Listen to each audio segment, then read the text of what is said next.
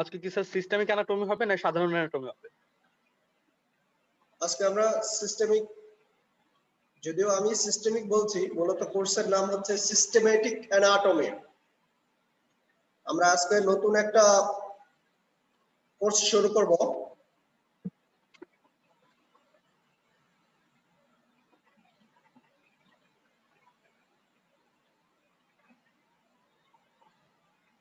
দেখতে পাচ্ছ স্ক্রিন দেখা যায়? Yes, sir. জি স্যার। আচ্ছা, একটু মনোযোগী হও। আমরা আজকে নতুন একটা কোর্স শুরু করছি যেটার নাম হচ্ছে সিস্টেমেটিক অ্যানাটমি। কি নাম? Systematic anatomy. Systematic anatomy. হ্যাঁ, আমি যখন কোনো প্রশ্ন করব তোমরা সঙ্গে সঙ্গে রেসপন্স করবে। Systematic anatomy. নিশি, নিশি, জি স্যার। আমাদের কোর্সের নাম কি আজকে? Systematic anatomy. Systematic anatomy. এই কোর্সের কোড হচ্ছে ANHP 155। আমরা এই কোর্সের আউটলাইন সম্পর্কে একটু জেনে নেই। সিস্টেমেটিক অ্যানাটমি আমরা কি কি পড়বো এখানে? Anatomy of different systems of body. আমরা আমাদের বডি কি দিয়ে গঠিত? হিস্টোলজিতে কি বলেছিলাম? কোষ দিয়ে। কোষ দিয়ে। অনেকগুলি কোষ মিলে কি হয়? অনেকগুলি কোষ মিলে হয় টিস্যু। বেশ কিছু টিস্যু মিলে কি গঠন করে? অর্গান। Organ. বেশ কয়েকটা অর্গান মিলে কি গঠন করে? সিস্টেম। অনেকগুলি সিস্টেম মিলে হয় একটা পূর্ণাঙ্গ বডি, একটা ইন্ডিভিজুয়াল, একটা এন্টিটি, একটা জীব, একটা জীবন। তাহলে আমরা আমাদের এই যে কোর্সটা, এই কোর্সটার মূল থিম হচ্ছে আমরা একটা বডিকে বিভিন্ন সিস্টেমে ভাগ করে সেই সিস্টেমগুলো পড়ব, একটা একটা করে সেই সিস্টেমগুলি স্টাডি করব। এটাই হচ্ছে আমাদের সিস্টেমেটিক অ্যানাটমি। তাহলে বডিতে কি কি সিস্টেম আছে? অনেক স্যার, রেসপিরেটরি সিস্টেম আছে, ডাইজেস্টিভ সিস্টেম আছে, তারপরে জেনিটাল সিস্টেম আছে, তারপরে আপনার আছে স্যার এই যে কার্ডিওভাস্কুলার সিস্টেম আছে। কেন তোমার নাই? আপনার আছে মানে কি তোমার নাই? এই আছে স্যার। আচ্ছা, তারপরে বলো। তো তিনটা চারটা, তারপরে জেনিটাল সিস্টেম, তারপরে হলো স্যার ইউরোজেনিটাল সিস্টেম। এগুলাই স্যার, আর খেয়াল আসতেছে না। Lymphatic system, nervous system. Nervous system, হ্যাঁ। আর লিম্ফেটিক সিস্টেম। লিম্ফেটিক সিস্টেম, হ্যাঁ। তারপর ইউরিনারি সিস্টেম। ইউরিনারি সিস্টেম, ওকে। আমাদের এই যে ব্রেন, সবচেয়ে বড় বা সবচেয়ে মেজর যে অর্গানটা ধরা হয়, এটা কোন সিস্টেমের অংশ? Nervous system. Nervous system. তাহলে চলো আমরা একটু দেখি এক এক করে। Nervous system. এটা কি দেখাচ্ছি? বাম পাশের ছবিটাতে কি দেখাচ্ছি এটা বলো দেখি। স্যার একটা কাউ দেখা যাইতেছে। গরু দেখাচ্ছে, কিন্তু আমি কি মিন করেছি এখানে? কোন সিস্টেম? পৌষ্টিকতন্ত্র স্যার। হ্যাঁ, ডাইজেস্টিভ সিস্টেম। এই যে রিয়াদ বলেছে ডাইজেস্টিভ সিস্টেম। এই যে গরু ঘাস খাচ্ছে, তারপরে ভিতরে যাচ্ছে, তারপরে আমরা ডাইজেশন, অ্যাসিমিলেশনের কিছু অংশ দেখানোর চেষ্টা করেছি। এটা হচ্ছে ডাইজেস্টিভ সিস্টেম।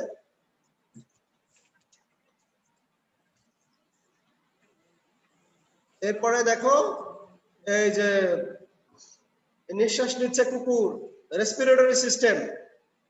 এরপরে এই যে হার্ট, কার্ডিওভাস্কুলার সিস্টেম। এটা কি? এটা কি? Genetic system. Genital system. Genital system নিচেরটা ছিল, এটা ছিল মেল, উপর একটা ফিমেল। জেনিটাল সিস্টেম বা ইউরোজেনিটাল সিস্টেম, ওই যে একজন বললো না ইউরিনারি সিস্টেম, আমরা একসাথে বলি ইউরোজেনিটাল সিস্টেম একসাথে, কারণ এটা কানেক্টেড। এরপরে দেখো নার্ভাস সিস্টেম, এরপরে এটা কি সেন্সরি সিস্টেম,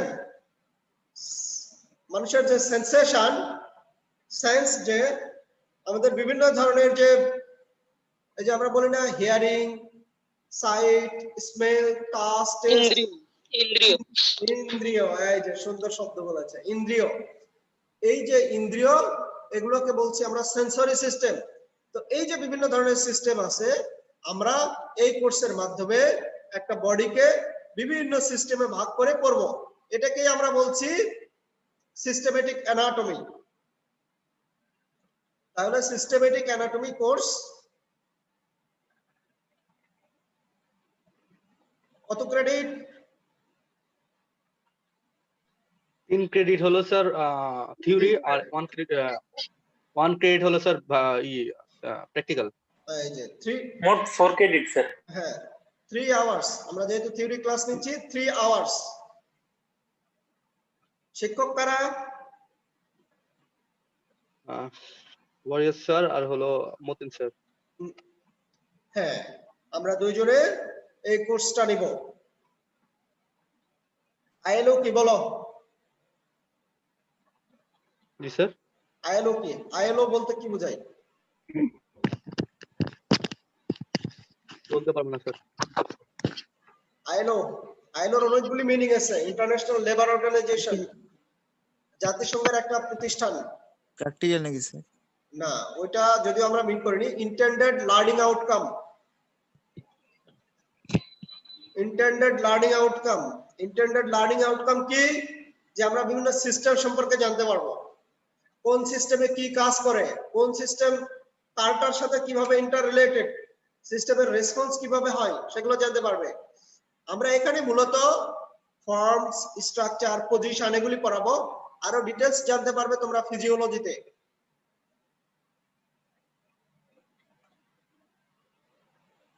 তাহলে কি বললাম?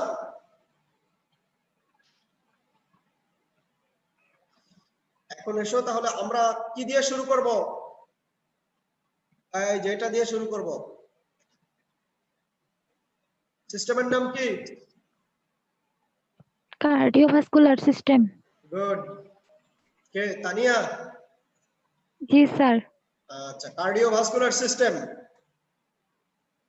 অর্থাৎ ভাস্কুলার সিস্টেম। স্যার আরেকটু বড় করে, কোনটা বোঝা যাচ্ছে না কোনটা কোনটা?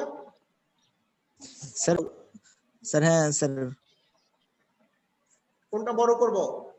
হৃৎপিণ্ডের চিত্রটা স্যার, স্যার হৃৎপিণ্ডের চিত্রটা বড় করে।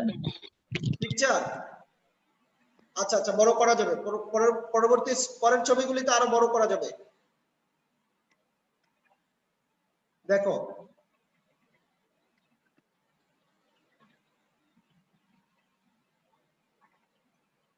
এই যে দেখো ভাস্কুলার সিস্টেমের একটা ছবি দিয়েছি আমরা, পুরো বডিতে বিস্তৃত। ভাস্কুলার সিস্টেম কিন্তু পুরো বডিতে বিস্তৃত, একদম আমাদের আঙ্গুলের মাথা থেকে আঙ্গুলের মাথা থেকে একবারে মাথার যে স্কাল বা স্কাল্প সে পর্যন্ত, এটাকে আমরা সার্কুলেটরি সিস্টেমও বলছি। এই যে দেখো ভাস্কুলার সিস্টেমের একটা ছবি দিয়েছি আমরা এখানে, একটা অ্যানিমেলের ভাস্কুলার সিস্টেম। এই যে ভাস্কুলার সিস্টেমটা আমরা স্টাডি করছি, এটাকে মেডিকেল সায়েন্সে বলছে অ্যাঞ্জিওলজি। অ্যাঞ্জিওলজি তাহলে কি? Description of the organs of circulation. কি কি সার্কুলেশন? Blood and lymph. তাহলে কি কি অর্গান আছে এর মধ্যে? আছে হার্ট, ভ্যাসেলস। ভ্যাসেল কি কি আছে কে বলবে? ভ্যাসেল কি কি আছে বলো এর সাথে? Sir artery vein. Arteries, veins. হ্যাঁ, আর্টারি ভেইন, এগুলাই হচ্ছে ভ্যাসেল। ক্যাপিলারিস। ক্যাপিলারিস। তারপরে স্প্লিন থাইমাসও আছে। আমরা যখনই এনজিওলজি পড়ছি, এনজিওলজি শব্দের সাথে একটা শব্দ খুবই মেডিকেল সায়েন্সে খুবই ইন্টারকানেক্টেড, এবং আমাদের জীবনেও আমরা প্রায় এই শব্দটা শুনি। কি সেটা? এনজিওগ্রাম। এনজিওগ্রামটা কি? এনজিও অর্থাৎ এই যে সার্কুলেশন প্লাস হচ্ছে ফটো, গ্রাম মানে হচ্ছে এখানে synonymous two photo, taking the photo of the vessels to observe the block or obstacle or arteriosclerosis। অর্থাৎ আমাদের যে বডিতে সার্কুলেশন আছে, যে সার্কুলেশনের মাধ্যমে বিভিন্ন টিস্যু তাদের নিউট্রিয়েন্ট পাচ্ছে, অক্সিজেন পাচ্ছে, এই যে সাপ্লাইটা ঠিক আছে কিনা এটা অবজার্ভ করার জন্য আমাদের এটার একটা ফটোগ্রাফ নেই, এটাকেই বলা হচ্ছে এনজিওগ্রাম। তাহলে যেহেতু এই রিলেটেড, আমরা আরেকটা জিনিস জেনে নেই যে বডিতে কি কি সার্কুলেশন আছে। দেখো, প্রথমে কার্ডিওভাস্কুলার সিস্টেম, এটা কি করে? পুরো বডিতে ব্লাড সাপ্লাই দেয়, ব্লাডের সাথে কি করে? নিউট্রিয়েন্ট, অক্সিজেন এগুলি সাপ্লাই দেয়।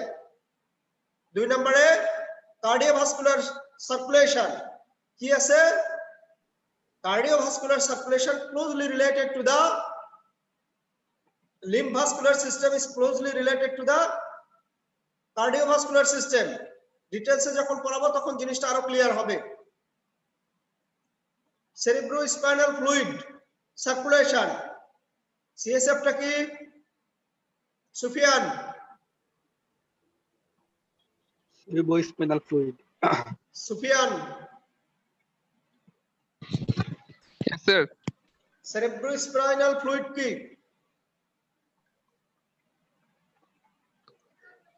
স্যার এটা ব্রেনের দিকে থাকে স্যার। হ্যাঁ, ব্রেনে থাকে। গুড, তোমরা আসলে জিনিসগুলি পড়ে এসেছো, বোঝা যাচ্ছে। স্যার স্পাইনাল কর্ডেও থাকে। হ্যাঁ, গুড।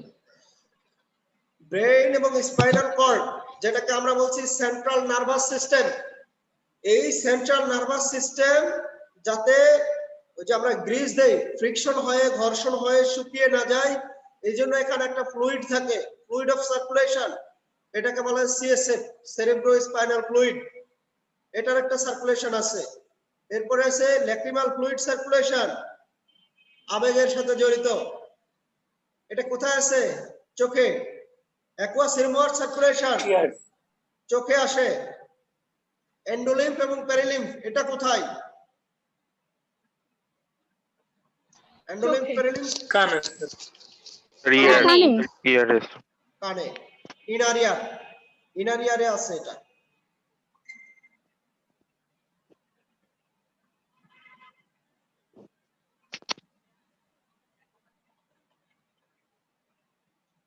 এই যে দেখো, আমরা ভাস্কুলার সিস্টেমে এখানে যেটা বলেছি, দেখো আমরা মূলত কার্ডিওভাস্কুলার এবং লিম্ফ ভাস্কুলার এই দুটো সিস্টেম নিয়েই পড়ব।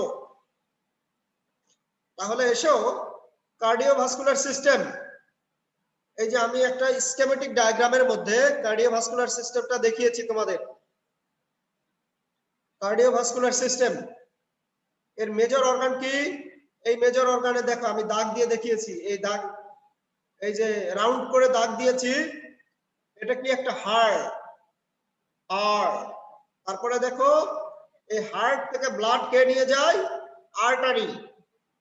ক্যাপিলারির মাধ্যমে একদম টিস্যু লেভেলে চলে যায়, এখান থেকে ভেইনের মাধ্যমে আবার হার্টে ফিরে আসে।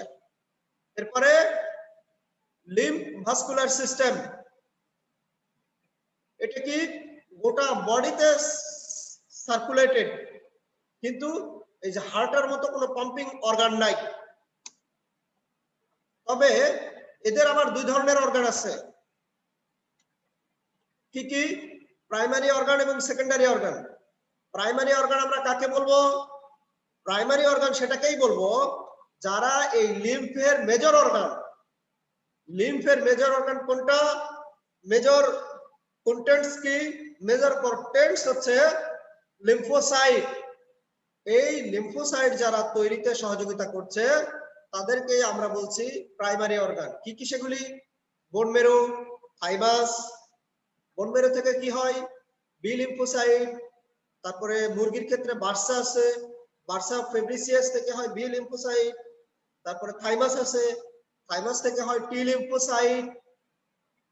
এগুলোকে বলা হচ্ছে প্রাইমারি অর্গান। আর সেকেন্ডারি অর্গান কোনগুলি? লিম্ফ নোড, স্প্লিন, টনসিল এবং মিউকাস মেমব্রেন। এই যে দেখো ছবিতে ছোট ছোট লিম্ফ নোড দেখা যাচ্ছে, এই লিম্ফ নোডের মাধ্যমে ছোট ছোট ভেসেলস এর মাধ্যমে এগুলি সার্কুলেশন হয় পুরো বডিতে। আচ্ছা, এবার আমাকে বলো লিম্ফ ভাস্কুলার সিস্টেমের কাজ কি?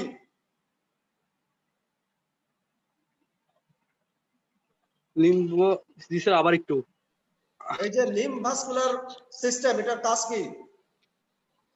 এটা স্যার আমাদের লিম্ফ বডি লিম্ফ আছে যেটাতে স্যার আমাদের টি লিম্ফোসাইট তৈরি হয় বা লিম্ফোসাইট গুলো যে তৈরি হয়, এই বডি লিম্ফ গুলাতে স্যার ই করে, লিম্ফ সাপ্লাই মূল করে। কাজটা বলো বলো। পৌঁছায় দেওয়া স্যার, পরিবহন করা। পরিবহন করার, সে ঠিক আছে, কিন্তু পরিবহন করবে কেন? টার্গেট কি? লক্ষ্য উদ্দেশ্য কি? সিয়াম স্যার আমাদের স্যার এটার থ্রুতে স্যার অক্সিজেন যায়, মানে অক্সিজেন সমৃদ্ধ রক্ত স্যার সারা শরীরে যায়। লিম্ফটা কাজ করে স্যার আমাদের দেহের যে স্যার এক্সটার্নাল যে কোষ গঠিত যে এক্সটার্নাল যে ফ্লুইড গুলো আছে এগুলো তো স্যার রক্তের মাধ্যমে পুরোটা যেতে পারে না, যেগুলো লার্জ মলিকিউল স্যার এগুলো লিম্ফের মাধ্যমে চলে আসে স্যার, বা দেহরে প্রোটেক্ট করার জন্য এটা কাজে দেয় স্যার। এই যে এইবার বলেছে মূলত এটার কাজ হলো প্রোটেকশন। প্রোটেকশন, এই যে বি লিম্ফোসাইট, টি লিম্ফোসাইট, এটার কাজ হচ্ছে প্রোটেকশন। আমি জানতে চাইছি lymph vascular system, cardiovascular system তোমরা জানো, ভালো করেই জানো এটা, এই জন্য আমি জিজ্ঞেস করিনি। লিম্ফ ভাস্কুলার সিস্টেমের কাজ হচ্ছে বডির প্রোটেকশন। দেখো, fighting off germs and foreign obstacles, যখন ফরেন কোনো বস্তু বডিতে ঢোকে, বডি সেটাকে, এটা বলতে পারো সেনাবাহিনীর মতো। এখানে এই যে লিম্ফোসাইট সেনাবাহিনীর মতো, বডি সেটাকে সেখানে লিম্ফোসাইট পাঠিয়ে সেই ফরেন সাবস্টেন্সকে ধ্বংস করে। এবারে এসো আমাদের এই যে কার্ডিওভাস্কুলার সিস্টেমের সবচেয়ে মেজর অর্গানটা কি? সবচেয়ে গুরুত্বপূর্ণ অর্গানটা কি? Heart heart.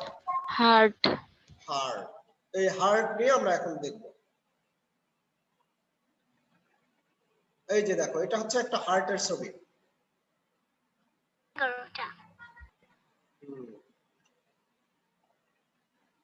প্রাচীন কাল থেকে এই হার্টকে ভালোবাসা, আবেগ, অনুভূতির সাইন এবং অনুভূতির কেন্দ্র হিসেবে প্রকাশ করা হয়। বাম পাশের ছবিটা দেখতে পাচ্ছ? জি স্যার। জি স্যার, দেখা যাচ্ছে। বোঝা যাচ্ছে ছবিগুলি?